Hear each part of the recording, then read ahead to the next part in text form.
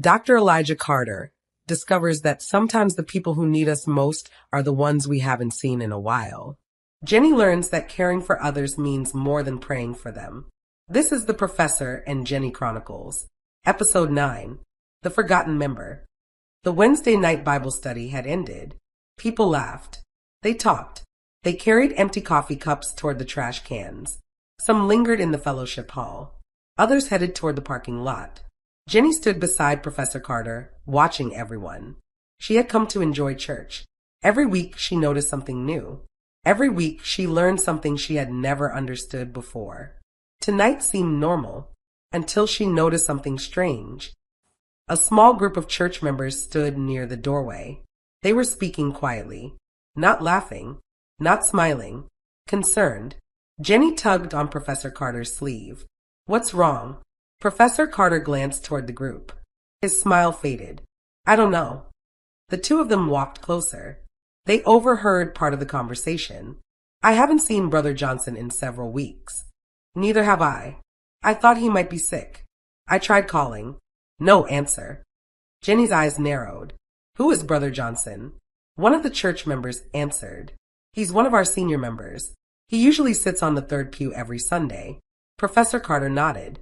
"He does." Jennie looked confused. "If he's not here, why doesn't someone just go find him?" The group exchanged glances. No one answered immediately. Finally, one person said, quietly, "I guess we all assumed somebody else had already checked." Jennie blinked. Nobody checked. The silence answered her question. The ride home felt different. Professor Carter stared through the windshield. Jennie sat quietly. Finally she spoke. "How can someone disappear from church and nobody know?" Professor Carter sighed. "It happens more often than we'd like. But everyone knows everyone. Not always." Jennie looked out the window. The church parking lot disappeared behind them. "I don't understand." Professor Carter nodded slowly. "That's because you're seeing church the way it should be." The next morning, Professor Carter arrived early at Dancy University. Jennie emerged from her bottle. She immediately asked, "Did anyone find Brother Johnson?" Professor Carter shook his head. "No." Jennie's expression fell. All day the question stayed with her. Students came. Students left. The professor graded papers, answered emails, attended meetings. But every time Jennie looked at the empty chair beside his desk, she imagined an empty church pew. That evening she finally said, "We should go find him." Professor Carter looked up. Jennie continued, "Right now." The professor smiled. "That's exactly what I was thinking." A few phone calls later they had an address. A small house on the edge of town. A quiet neighborhood. Nothing fancy. Nothing unusual. Just a modest home where an elderly church member lived alone. As they drove across town, Jennie looked nervous. What if something happened? Professor Carter gripped the steering wheel. "I don't know." The sun was beginning to set when they arrived. The yard was overgrown. Mail filled the mailbox. The porch light was off. The house looked lonely. Jennie's heart sank. "Professor." "I know." They walked to the door. Professor Carter knocked. Nothing. He knocked again. Still nothing. Jennie looked worried. "What do we do now?" Professor Carter knocked a third time. A moment later they heard movement. Slow movement. Careful movement. A lock clicked. Then another. The door opened slightly. An elderly man appeared. Thin. Tired. But smiling. "Brother Johnson."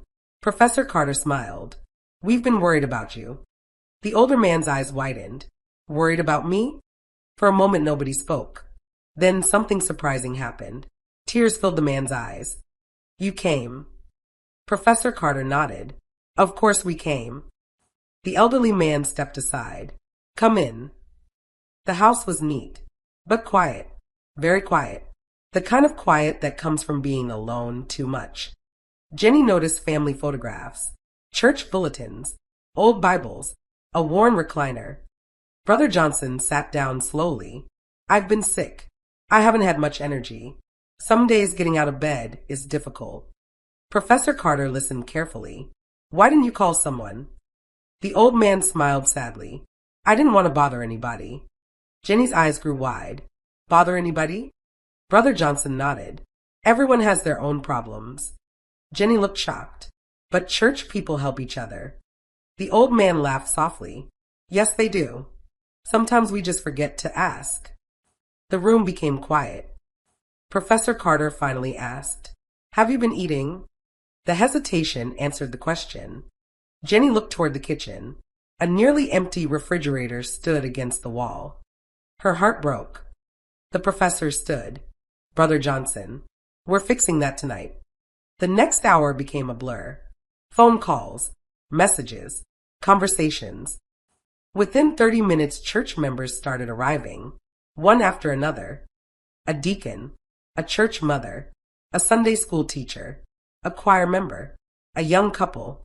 Each person carried something: groceries, soup, medicine, fresh bread, fruit, encouragement. Most importantly, they brought themselves. Brother Johnson sat in amazement. People filled his living room. Laughter returned to the house.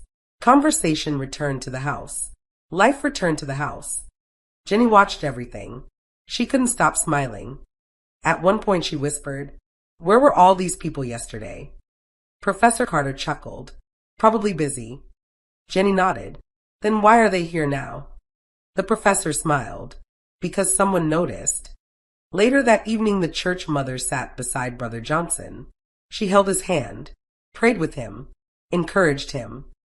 Jennie watched quietly. Something felt familiar. Then she remembered. The prayer list. People prayed because they cared. People visited because they cared. People checked on one another because they cared. Suddenly everything connected. Church wasn't simply worship services. It wasn't pews. It wasn't buildings. It wasn't programs. Church was people. God's people. Taking care of one another. Before they left, Brother Johnson walked them to the door. Slowly, carefully, but smiling. I thought everyone forgot me. Professor Carter shook his head. No, sir. The elderly man nodded. Today reminded me. God hasn't forgotten me either. Jennie felt tears forming in her eyes. The drive home was quiet. Not sad. Peaceful. Finally Jennie spoke. Professor. Yes. Can someone really feel forgotten? Professor Carter nodded. Sometimes. Jennie looked out the window. Streetlights passed by. Then she asked, What if nobody had gone? The professor was silent for a moment. That's why we must notice. The word stayed with her. Notice. The next Sunday morning church looked different.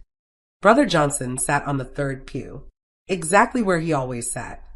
This time everyone noticed. People greeted him, shook his hand, hugged him, asked how he was doing. Jennie smiled. The service began. The choir sang. The pastor preached. The congregation worshipped. But Jennie barely paid attention. She kept glancing toward the third pew. Because this week it wasn't empty. And that mattered.